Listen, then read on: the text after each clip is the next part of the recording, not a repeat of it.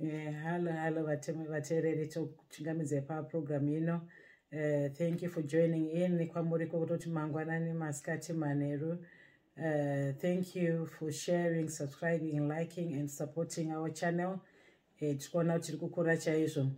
Nhasi tina baba Gushungu vane topic yavada kudiscussa. Yakadai kutsviriridza paTV. Saka ndinongovapa kwavari kuti vakwazoshare topic yavo. Over to you, Gushungu. Okay, thank you, my Gushungu. Yeah, today I would like to discuss and kind of analyze the case between Johnny Depp and Amber Heard that happened in America. You have all watched, listened, and read about the defamation case. Right. It started with an article which was written in the paper, in an American big tabloid newspaper by Amber Heard, where she wrote a lot of things that happened in her relationship, in her marriage with Johnny Depp. And some of the things that happened within the relationship involved domestic violence, drug abuse, and all sorts of things that she was claiming against Johnny Depp in that article.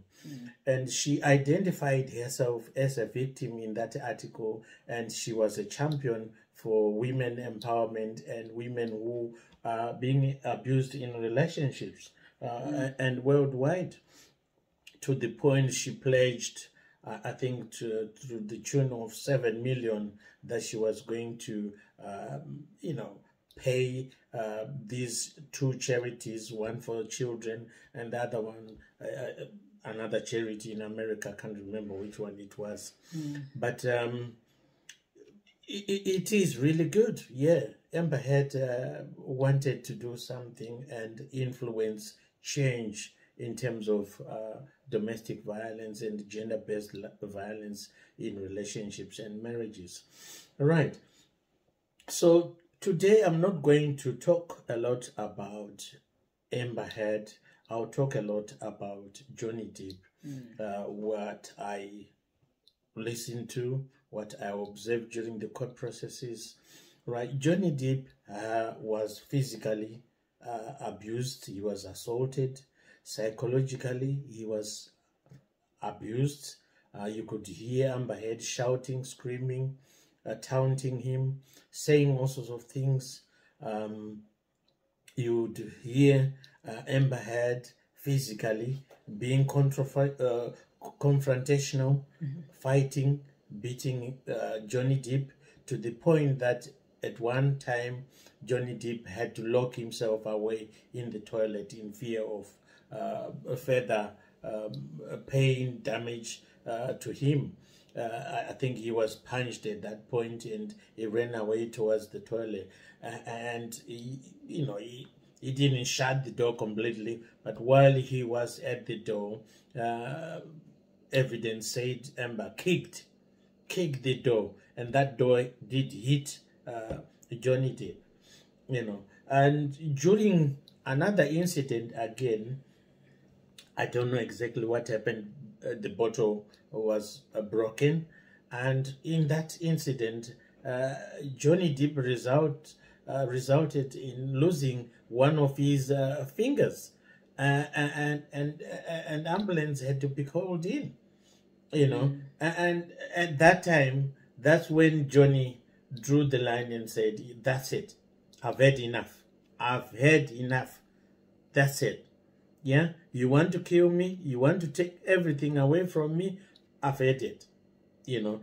Johnny just left that flat. I think they had 5 apartments. He sought refuge in another apartment. Then ambulance came, rescued him and treated him. But the damage had been done, because Johnny was recording some of the evidence, everything that has been happening. And Amber was recording as well and taking pictures. And they kind of loved each other. The other thing that I would probably question is the age difference, because I think Johnny was twice older than Amber. I think he was 51, and she, at that time, she was like 25 when they met, and obviously Amber liked films, and that's how they got to meet. When Jonny was interviewing for his new film, he wanted someone for that role who looked like Amber, and you know, it was just magic. It was just a coincidence. Then after that, it was like a relationship made from heaven. It was fast, furious, mysterious, dangerous, because they were taking drugs at some point, and Jonny was addicted to alcohol. He was drinking wine. At some point, even Amber admitted that she was now using cocaine as a coping mechanism because she couldn't cope in that relationship, you know. And she would travel throughout the world following Jonny, either to London or Australia when he's shooting the films and everything else, you know. And in that court process, I heard that there was another allegation that Jonny had pushed Kate Moss. But Kate Moss came live and said, no, that wasn't the case. I wasn't pushed. I fell down the stairs myself. And actually, Jonny is the one who helped me, you know. So basically, why I'm talking about this case today is there is one man out there who is suffering in silence. Yeah. Who is not reporting psychological harassment, bullying from his wife, from his girlfriend, who is being manipulated, who is being blackmailed, you know, not just a man, it could be a woman, you know. And if that relationship is toxic and one of you is narcissistic, things are not working, surely there is no need to be together. There's no need to be together. If someone is constantly lying day in, day out, there's no honesty, there's no transparency, there's no integrity, that relationship is dead, you know. In the end, I was pleased that Jonny was exonerated of those claims, and those were really damaging. They caused him to lose some roles on the films in Disney, and his reputation again at some point, his net worth money-wise, you know, it was a threat to his career. But I'm pleased that he won the case, and he's now fighting back to regain his career and everything else that this lady wanted to damage, you know. And don't forget that previously, you know, he had lost a case in London against Amber, you know, again, a domestic violence case, you know. So this could have been a double jeopardy for Jonny Depp, you know. But when he won the case, he said, you know what, I don't need no money. I just wanted to clear my name.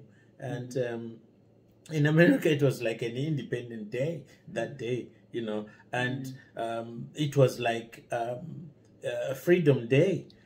People celebrated Jonny. People celebrated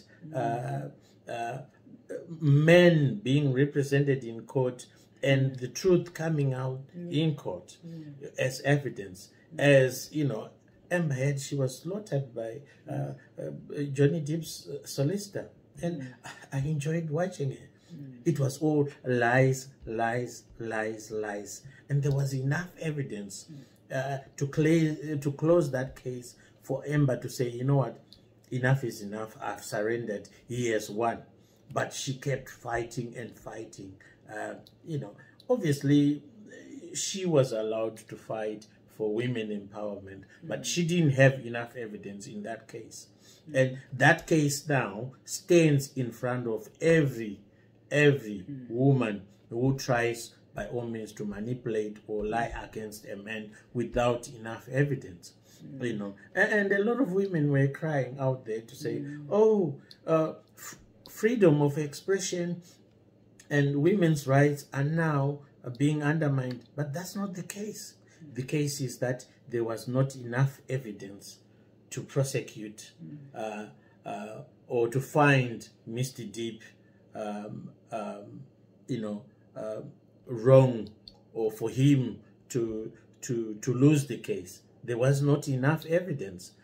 The evidence was actually overwhelming and too much on the side of Amber. So let this be a lesson for everyone else in a marriage or in a relationship. I will not go deeper into the details of the case, but I enjoy watching the case. By all means, feel free to go and watch it on YouTube, and you learn a lot about marriages, mental illness, drug abuse, and everything else. Even the legal procedure, the law itself, it's good, So today from us, 263 UK generation, I would like to say thank you for coming. Thank you for listening. We will keep coming with more content. And from me and Mike Gushungo, we say thank you. No, thank you very much for sharing that. Abuse is very, out there, and don't keep in silent, don't suffer in silent.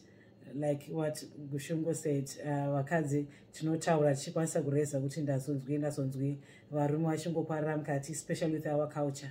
Varume vanongonzi ndikazoripota ndozosikwa. Saka please, men out there, don't suffer in silence, go and report, because abuse inobva kwese, iri kumukadzi iri kumurume. So thank you for bringing this topic, which I think it will be helpful to everyone out there. Thank you. Thank you. Bye.